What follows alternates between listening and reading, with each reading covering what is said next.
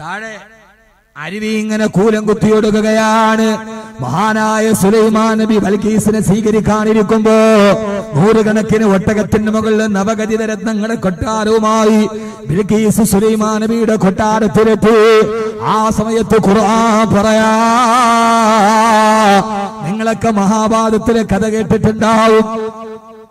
യുധിഷ്ഠിരന്റെ കൊട്ടാരത്തിലെത്തിയപ്പോ താഴെ ഒഴുകുന്നത് അരുവിയാണെന്നറിയാതെ, ഗ്ലാസ് ഉണ്ടെന്നറിയാതെ വസ്ത്രം പൊക്കി നടന്നുപോയ ദുര്യോധനന്റെ കഥ മഹാഭാരതം പറയുന്നുണ്ട്. ഇതൊക്കെ കേട്ടിട്ട് അന്തം വിട്ട മുസ്ലിമേ, നിനക്കറിയുമോ ബിൽക്കീസ് സ്ഫടികത്തിന്റെ മുകളിലെത്തിയപ്പോ ആ കാണുന്ന ഗ്ലാസിന്റെ താഴ്ഭാഗത്തൂടെ ഒഴുകുന്ന അരുവി കണ്ടപ്പോ അത് യഥാർത്ഥ അരുവിയാണെന്ന് ധരിച്ചു പോയ ബൽക്കീസ് രാജ്ഞി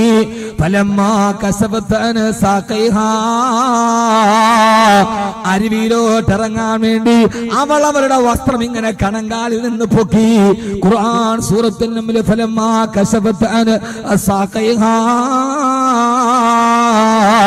ആ വസ്ത്രാന്തരം തന്റെ കാൽമുട്ടിൽ നിന്ന് പൊക്കിയപ്പോ എന്നിട്ട് നേരെ കാലെടുത്തു വെക്കുമ്പോ അപ്പോഴാണത് ഗ്ലാസാന്ന് മനസ്സിലായത്. മറുഭാഗത്ത് നിന്ന് സുലൈമാൻ നബി പറഞ്ഞു, അത്ര ബിൽക്കീസേ അത് അരുവിയല്ല, ഖാല ഇന്നഹു സർഹും മുമറദും മിൻ ഖവാരീർ, അത് ഗ്ലാസിന്റെ താഴ്ഭാഗത്തുകൂടി കൃത്രിമ അരുവി ഒഴുകുന്നതാണെന്ന് മഹാനായ നബിയുല്ലാഹി സുലൈമാൻ. ഖുർആൻ പറയാ, ആ ഗ്ലാസ് കണ്ടപ്പോ ഗ്ലാസാന്ന് മനസ്സിലായില്ല, അരുവിയാന്ന് കരുതി. ബൽക്കീസ് ഫലമ്മാ കശഫത് അൻ സാഖൈഹാ, തന്റെ വസ്ത്രം ഇങ്ങനെ പൊക്കി. എന്നിട്ട് അരുവി ചവിട്ടാൻ പോയപ്പോഴാണ് ഗ്ലാസുമേ ചവിട്ടിയത്.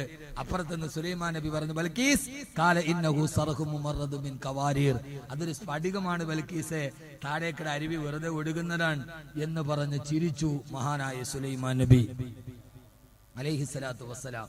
മഹാഭാരതത്തിൽ ഇതേ കഥ കേൾക്കുമ്പോ നമ്മൾ അന്തം വിട്ട് അന്താളിച്ചു നിൽക്കാൻ, എടാ നിന്റെ ഖുർആൻ പറഞ്ഞതാണ് ഇതെന്ന് എന്തേ നിനക്ക് ചിന്തിക്കാൻ കഴിഞ്ഞില്ല?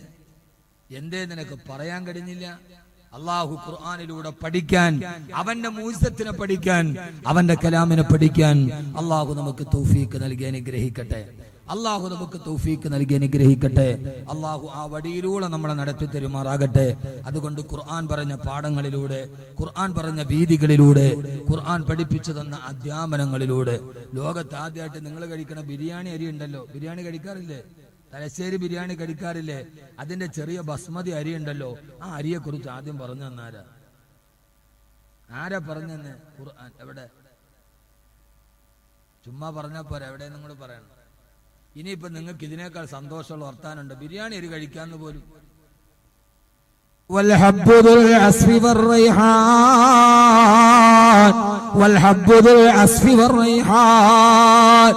നല്ല സുഗന്ധമുള്ള ധാന്യമണി നിങ്ങൾക്ക് ഞാൻ പ്രദാനം ചെയ്തില്ലയോ? സുഗന്ധമുള്ള ധാന്യമണി. ആ സുഗന്ധമുള്ള ധാന്യമണിയാണ് ബസ്മതി അരി. അതിപ്പോ വേവിച്ചാലും വേവിച്ചില്ലെങ്കിൽ അതിനൊരു സുഗന്ധമുണ്ട്. അത് വേവിച്ചാലും ഒരു സുഗന്ധമുണ്ട്, വേവിച്ചില്ലെങ്കിലും. ബിരിയാണി അരിക്ക്, ബസ്മതി റൈസിന് ഒരു സുഗന്ധമുണ്ട്. വൽഹബ്ബുൽ അസ്ഫി വറൈഹാൻ, നിങ്ങൾക്ക് ഞാൻ സുഗന്ധമുള്ള ധാന്യമണി തന്നില്ലേ?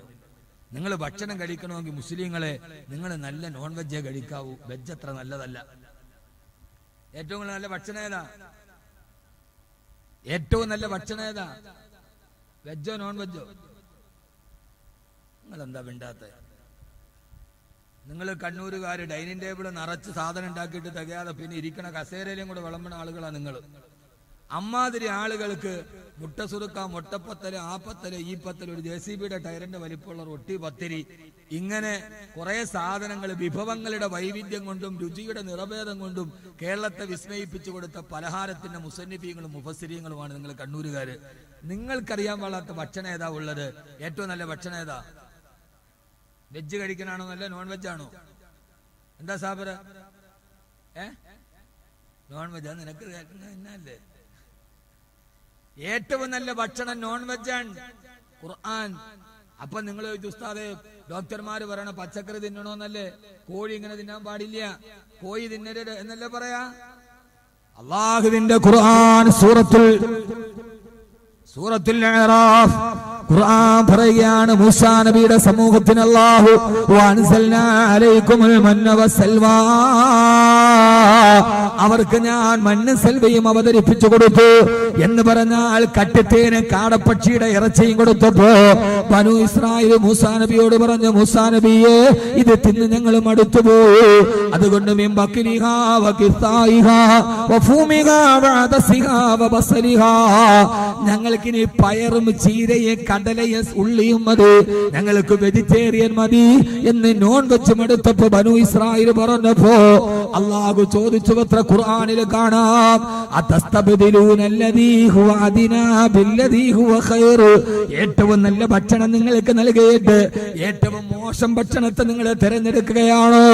സുന്ദരമായ കാടപ്പക്ഷിയുടെ ഇറച്ചി തന്നിട്ട് നിങ്ങൾ വെജിറ്റേറിയൻ സവാളയും ഉള്ളിയും മതി എന്ന് നിങ്ങൾ എന്നോട് ചോദിക്കുകയാണോ? അപ്പൊ ഏറ്റവും നല്ല ഭക്ഷണം നോൺ വെജാണ് എന്ന് ഖുർആൻ. അല്ലാഹു തൗഫീഖ് നൽകട്ടെ. ചിന്തിക്ക് മനുഷ്യന്മാരെ, ഞാൻ ആറ്റവും ആഖിറും അല്ല പറയണത്, ഏറ്റവും നല്ല ഭക്ഷണം നോൺ വെജാണ്. അപ്പൊ പിന്നെ ഡോക്ടർ കടിക്കരുതെന്ന് പറഞ്ഞത് ഈ 40 ദിവസം കൊണ്ട് പ്രസവവും കുളിയും മരണവും എല്ലാം കഴിഞ്ഞ ഈ ബ്ലോക്ക് കോഴി കടിക്കുന്നത് കൊണ്ടാണ്. നല്ല നാടൻ കോഴി കഴിച്ചു നോക്ക്, ഒരു കുഴപ്പമില്ല. നമ്മുടെ വയസ്സായ ആളുകൾ നോക്ക്, അവർ ഈ ഹോർമോൺ കുത്തിവെക്കാത്ത നാടൻ കോഴി തിന്നതിന്റെ ഉഷിരാണ് അവർക്ക്. നമ്മൾ ഈ ബ്ലോക്ക് കോഴി തിന്നപ്പോ നമ്മൾ അതുമാതിരി ആയി പോയിന്നേ ഉള്ളൂ. നല്ല ഭക്ഷണം, നല്ല നോൺ വെജ് കഴിച്ചാൽ ഒരു പ്രശ്നമില്ല, ഒരു പ്രശ്നവുമില്ല. ഇങ്ങനെ ഭക്ഷണം, സംസ്കാരം ഒക്കെ പഠിപ്പിച്ചു കൊടുത്ത അള്ളാഹുവിന്റെ വിശുദ്ധമായ ഖുർആൻ, ആ ഖുർആനെ നമ്മളൊരു റെഫറൻസ് ഗ്രന്ഥമാക്കണം. എന്നിട്ട് ആ ഖുർആൻ പഠിക്കാൻ നമുക്ക് കഴിയണം. അള്ളാഹു തൗഫീഖ് നൽകട്ടെ, അള്ളാഹു തൗഫീഖ് നൽകട്ടെ, അള്ളാഹു തൗഫീഖ് നൽകട്ടെ. ഈ ഖുർആൻ പഠിക്കാൻ നമുക്കുണ്ടായ തടസ്സം എന്താണ്? ഈ ഖുർആനെ കുറിച്ച് ചിന്തിക്കാൻ നമുക്കുണ്ടായ തടസ്സം എന്താണ്? ആ തടസ്സവും കൂടെ പറഞ്ഞിട്ട് ഇൻഷാ അല്ലാഹ് നമുക്ക് ഈ സദസ്സിൽ നമ്മൾ പഠിക്കേണ്ടത് അതാണ്. അള്ളാഹു തൗഫീഖ് നൽകട്ടെ. അതുകൊണ്ട് പറയട്ടെ, സമയായോ? സമയായോ?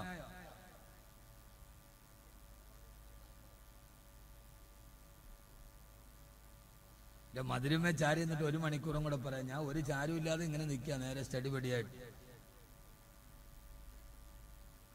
അള്ളാഹു നമ്മളെ സ്വീകരിക്കും. ഇവിടെ നോക്കി, ഇവിടെ നോക്കി.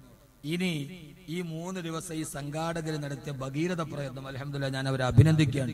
ഒരു ഖുർആൻ വിരുന്നവർ നടത്തി 4 ദിവസം. മാഷാ അല്ലാഹ്. അള്ളാഹു ആഖിറത്തിലെ നല്ല ദിവസങ്ങളാക്കി തരട്ടെ.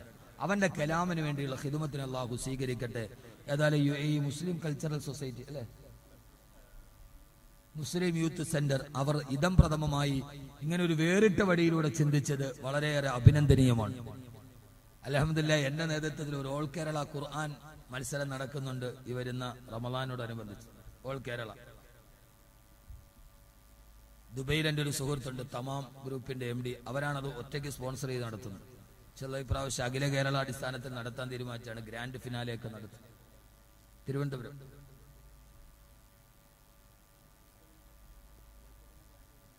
കോഴിക്കോടല്ലേ? അത് ഇങ്ങോട്ട് മാറ്റിയതാണ്.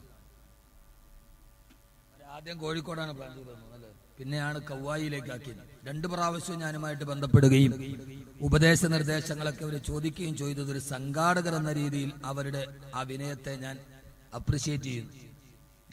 2 പരിപാടിയിൽ ഞാനുമായി ബന്ധപ്പെടുകയും ഉപദേശ നിർദ്ദേശങ്ങളൊക്കെ ചോദിക്കുകയും ഒക്കെ ചെയ്ത സംഘാടകരുടെ ഒരു സംഘാടക വൈദഗ്ധ്യത്തെ ഞാൻ പൂർണ്ണമായി അഭിനന്ദിക്കുകയാണ്. അള്ളാഹു നമുക്ക് ഇതൊക്കെ നടത്താൻ തൗഫീക്ക് നൽകട്ടെ. അള്ളാഹു ഇങ്ങനെ ചിന്തിക്കാൻ തൗഫീക്ക് നൽകട്ടെ. ഇനി ഖുർആനിന്റെ പ്രചാരകമായി നമ്മൾ മാറണം. ചിന്തകൻ പറഞ്ഞതുപോലെ ഏറ്റവും നല്ല ഒരു സാധനം hand of A bad salesman, ഏറ്റവും മോശമായ സെയിൽസ്മാന്റെ കയ്യിൽ കിട്ടിയതാണ് ഖുർആൻ. ഇംഗ്ലീഷ് ചിന്തകന്റെ വാക്കാണ് hand of A bad salesman. ഏറ്റവും നല്ല പ്രൊഡക്റ്റ് കിട്ടിയത് ഏറ്റവും മോശം സെയിൽസ്മാന്റെ കയ്യിലാണ്. അവന് വിറ്റഴിക്കാൻ പറ്റൂലല്ലോ.